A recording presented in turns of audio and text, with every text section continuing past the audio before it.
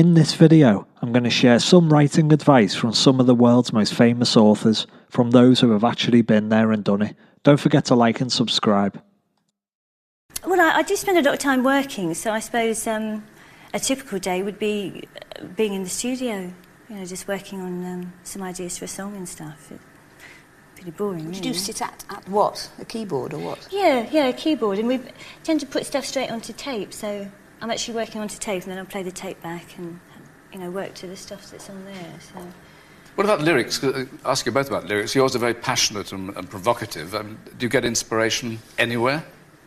I think it is elusive stuff, but I think really the biggest inspiration is people. I think people are just so inspiring. They're fascinating and wonderful, and I think, you know, that nearly every idea that a person has had has probably at some point come from another person.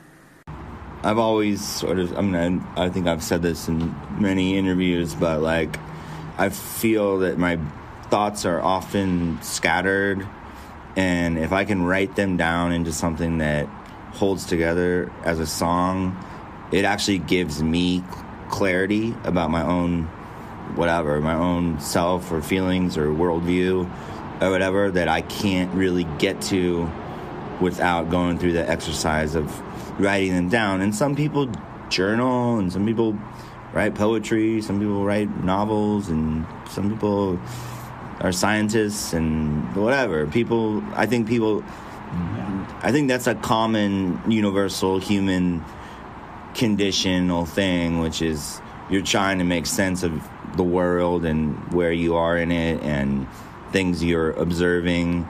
And for me, I don't know why, but for whatever reason, the way I've been able to do that is by writing songs and through music, and I can't do it any other way. So it's just something that, I don't know, I've always done. And, you know, I always say, like, my favorite feeling in the world is when I finish a song and I like it. You know, and I think it's good. Then it's like that's the high for me. Like playing a concert, getting clapped, whatever, record sales, all that stuff is pretty like ephemeral in my view. But writing a song is like that's the shit. You know, that's what I'm in it for. You know. I mean, probably since the.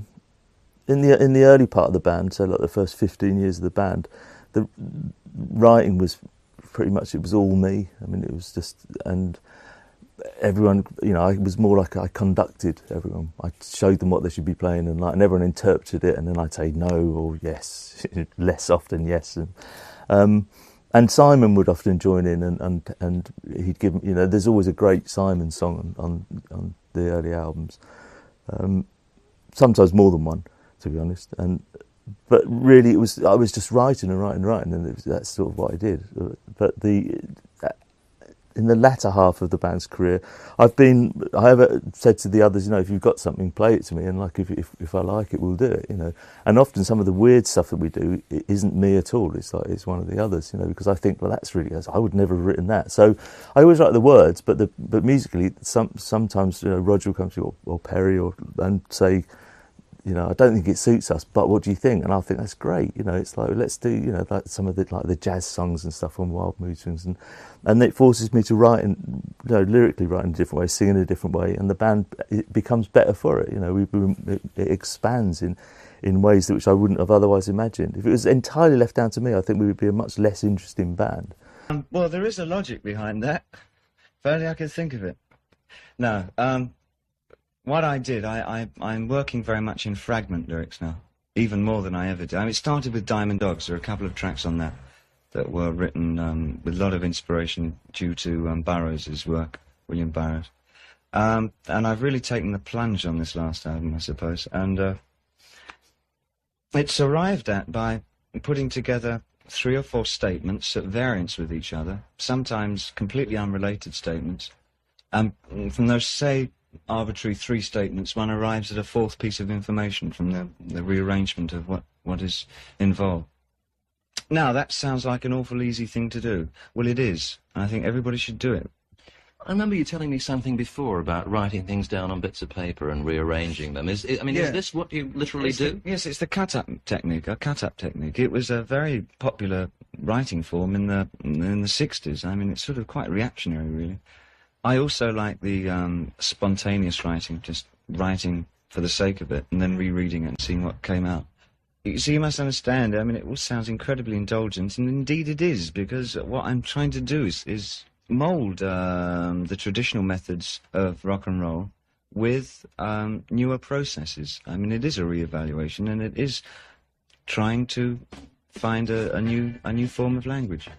I mean, nothing in this racket makes any sense to me, to tell you the truth. I've often said if I knew where the good songs came from, I'd go there more often. You know, everybody has a kind of magical system. You're a writer yourself. Everyone has a kind of magical system that they employ in the hopes that this will open up the channels. My mind was always very cluttered, so I took great pains to simplify my environment, because if my environment were half as cluttered as my mind, I wouldn't be able to make it from room to room.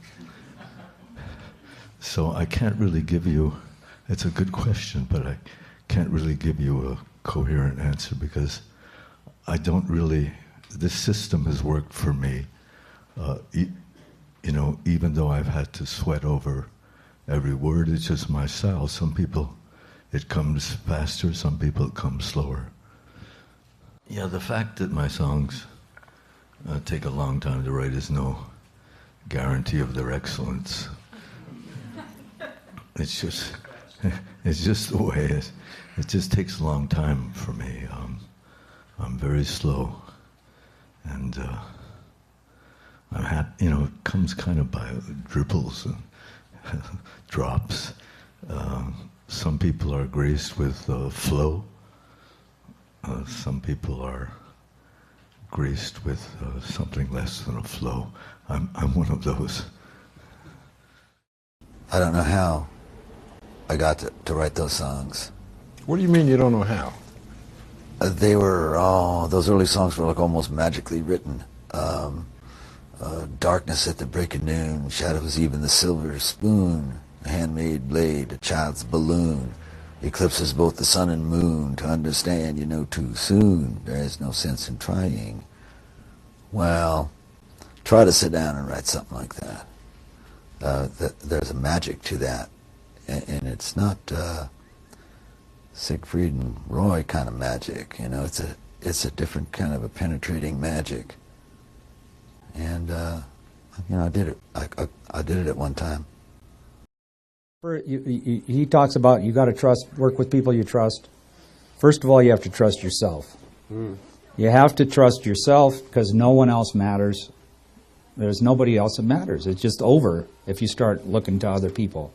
So that's what I think. The other thing you have to be willing to do, and you have to really be able to embrace it and accept it, and really welcome it into your life with open arms and a wide vision, is failure. Be sure to welcome failure. Always say, you're okay with me, failure, come on in. Because then you have no fear. And if you have no fear, and you believe in yourself, and you only listen to yourself, you are number one.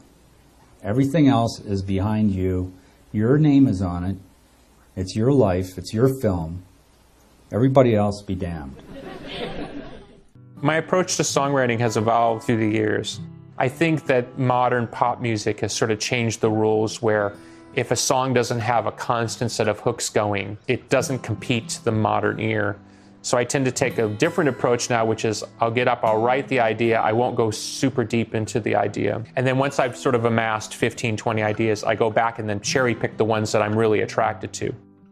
The melody is always king in every song, and the music itself is sort of more supplemental to the melody. In essence, the melody itself produces the song, not the other way around. Lyrics for me are a different case. It's usually messing with stream of consciousness.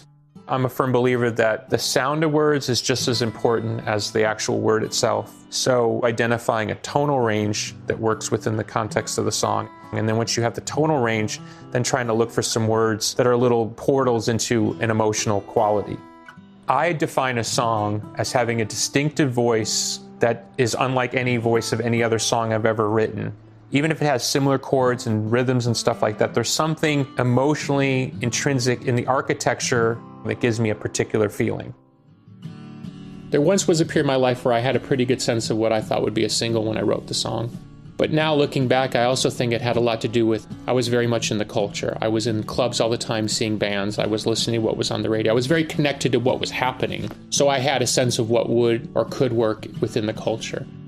If you're trying to talk to a young songwriter about how they would approach songwriting, I think you really have to look at the great songwriters of the 20th century. Bob Dylan, John Lennon, Paul McCartney, Leonard Cohen, Neil Young, Johnny Cash, and understand that they found something in the harmonic properties of an acoustic guitar and the way that would immediately translate into a picture in their mind that would translate to a song.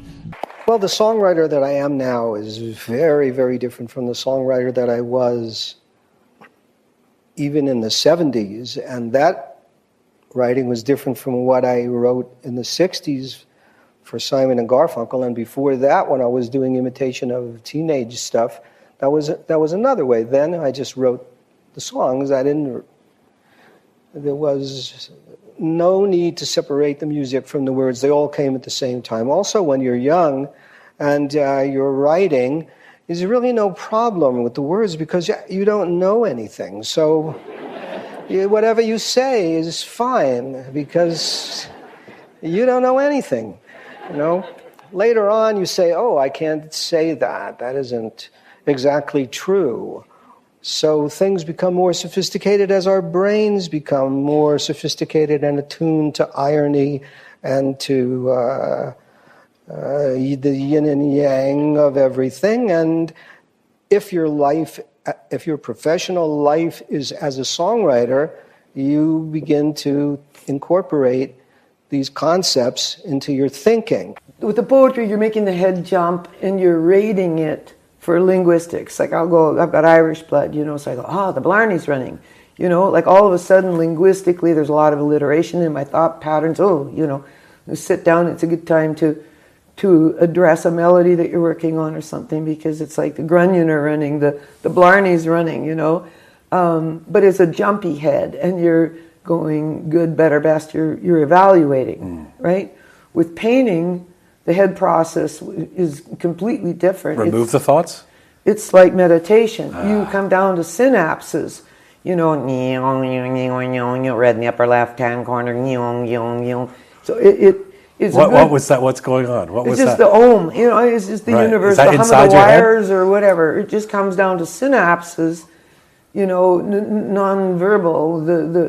The discourse has been silenced. Right. So it's a very different headspace from poetry.